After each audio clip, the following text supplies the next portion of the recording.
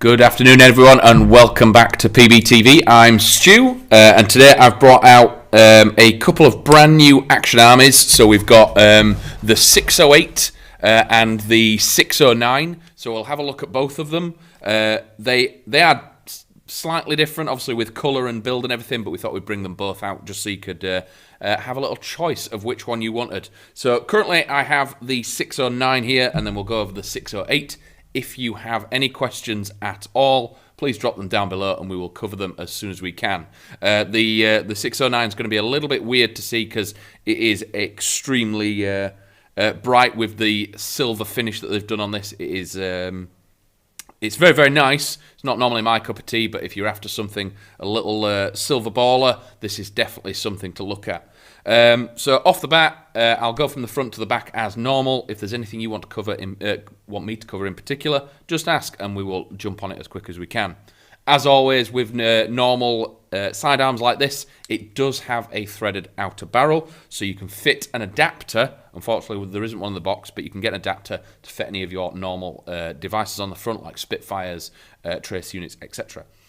When it comes to trace units and things like that on the front of pistols, just make sure it's not too heavy.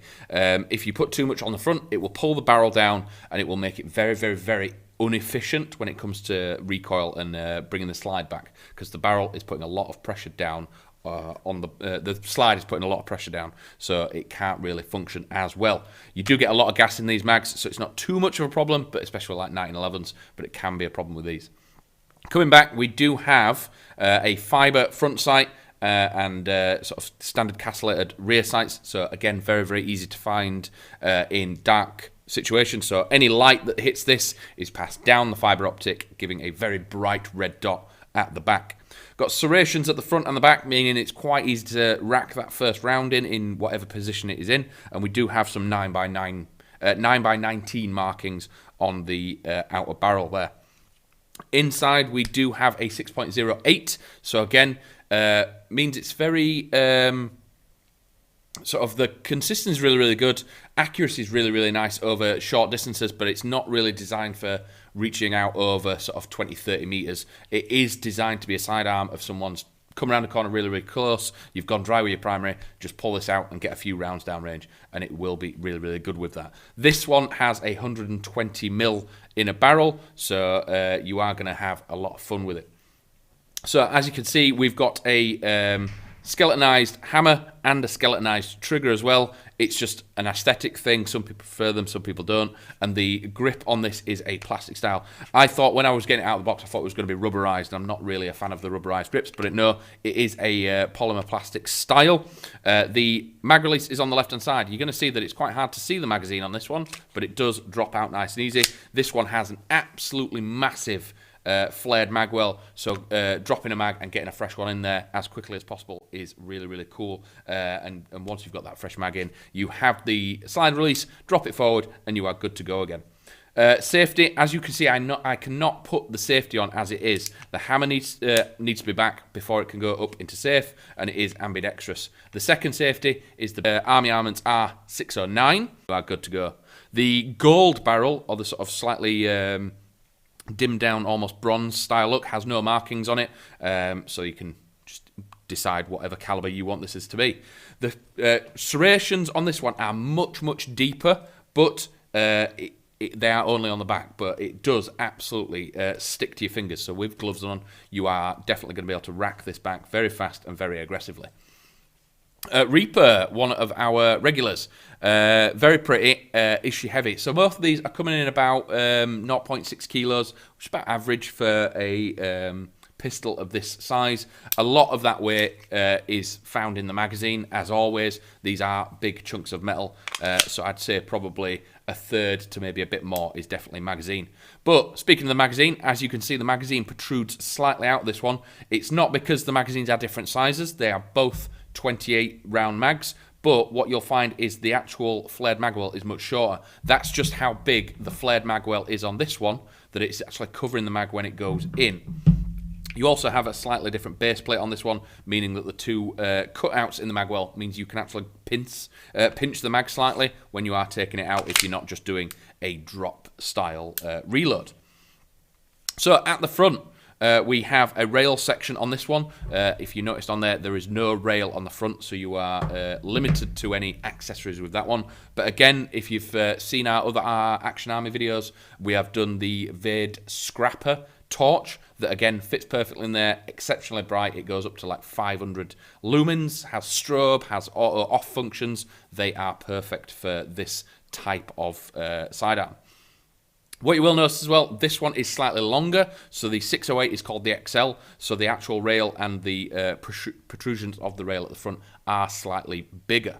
Tom Smith on YouTube, if you have a threaded barrel on your pistol, can you... Oh, if you don't have it, can you upgrade it? Some yes, some no, and there are slightly different types of threads. So as you can see on this G stuff, there are other outer barrels separately available, and they will have 14mm male threads pre-fitted, and they will usually have little covers that go over them to protect them, because obviously if you're running around with threads open and you knock them, you can damage them permanently. So these do have threads already in them. Obviously it is a 12mm female thread, so you will need an adapter to turn it into a 14mm male thread, so that the Spitfire and any of your adapters go on it. But it's not very difficult, and most of the time you can, if you can find them, just change the outer barrel into a sort of permanently threaded barrel. James on Facebook, can you get extended mags? Yes, so these are high kappa style platforms, so if you can get hold of your high kappa extended magazines, they will fit straight in and function normally. What I always recommend with high kappas, if you are running extended mags, they are quite heavy and drop down forwards, so the first few rounds might be a little bit sluggish, and it just can be a bit awkward to run with. They are 28 rounds, so going to an extended, going to the 50 rounds, it's not a massive jump. Yes, you're getting two mags in one, but the weight difference can be more detrimental to having that extra few rounds when you can just have two mags. And reloading a pistol is a lot of fun, especially it's when you're not expecting it. So you get 28 plus one, and then just have a couple on your belt rather than having multiple of the really big ones. Because obviously these are much smaller, they'll fit in smaller mag pouches, they're much more convenient to put on belts and things like that. And reloading's not a... too much of a faff in game to have the double amount of rounds in a magazine that's then going to be twice the size, changing your mag pouches, etc. I think the standard ones might be a bit better. If you're running it as a primary, then by all means go for anything. You could probably get yourself a drum mag, they'll fit in this, all sorts of stuff. But running as a sidearm, I'd probably stick to the standard ones. But as I was saying, you've got two little cutouts on this rail system here, so you can slightly adjust where your torches sit. If you're running anything like an NX or O and you want to get it up nice and flush with the front, that's doable, but the Vade Scrapper sits nicely in that square there. Similar to the other one, we have a skeletonized trigger and a skeletonized hammer, and similar safeties. So without the hammer being back, it will not go up into safe. Once it's in safe, that press down, you have to make sure the beaver tail is pressed by gripping the pistol and going from that. The grip on this one, again, plastic style lower receiver, and again they've rather than the standard molded texture on that, they have done the stippling style on this, so when you do grab on this, it sticks like absolute glue. When you've got gloves on with stippled grips, wherever you grab it like that, that's where it's staying. It's not going to twist, it's not going to move, so make sure when you've got this in a shooting position, you're very comfortable with it, because it's not going to slip or move around in there. It is absolutely rock solid. You've got a couple of indicators and things like that, so little cutouts to make sure your hands go in the exact same positions every single time, which makes this extremely accurate and extremely consistent between games.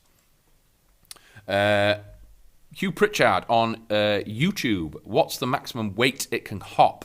I don't know what the maximum weight it can hop, because you could probably put 5s and maybe get some range out of it, but with pistols or something like that, I'm probably not really ever going to go over 2 8s. I might put 3s in it, but that's probably best, because any engagement with a pistol like this is really not going to be over 10-15 meters maximum, so you're not trying to get that punch through it, you're trying to get the speed. So the heavier BBs are going to travel through the air slower, so if you are reaching out and touching someone at that sort of 15-ish meters distance, you want that speed to target over the weight of the hit. So I'd stick to your 2 8s.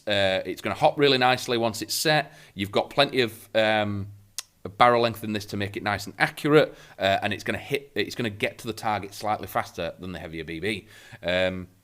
Not something people think about a lot, but again, it's just you're wanting every single shot to count. So if it can get there faster, that is much better. Especially if it's a panic shot, your primary's gone dry, you've drawn this just to get a round out, definitely something to think about.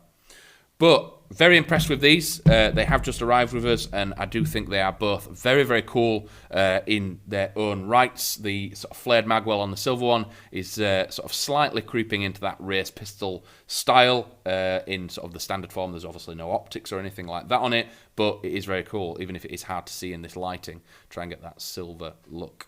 Whereas the 608 is much more sort of... Again, it's got some race sort of stylings to it, but it's that much more modern look, sort of movie vibe to it with the cutouts and the stippled grip and the extended looking mag. It is still 28 rounds and the deeper serrations. But very impressed with these. Looking forward to people getting them on the field.